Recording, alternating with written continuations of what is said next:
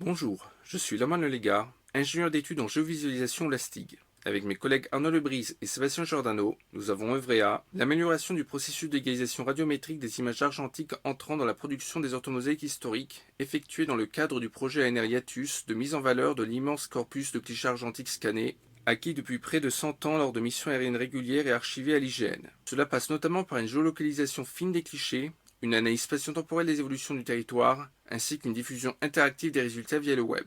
Mais tout d'abord, résumons brièvement les grandes idées de notre démarche.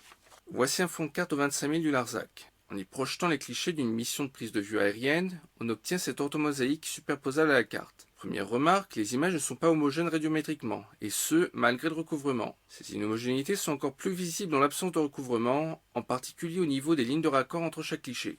Deuxième remarque, moins immédiate, ce phénomène semble suivre un systématisme lorsqu'on considère par exemple l'intensité moyenne des clichés, ou encore le contraste moyen des clichés.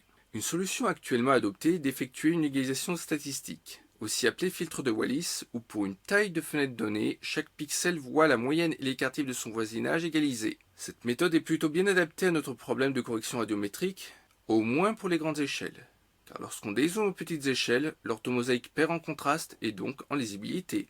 Mais une piste d'amélioration a été trouvée dans la technique dite d'analyse en composantes principales. Pour résumer, un ensemble d'images de la même taille peut se décomposer en une base d'images spectrales dont une certaine combinaison redonnera les images d'origine. La combinaison est propre à chaque image. On constate sur cet exemple que ce sont les premières images spectrales de la base qui sont les plus sollicitées.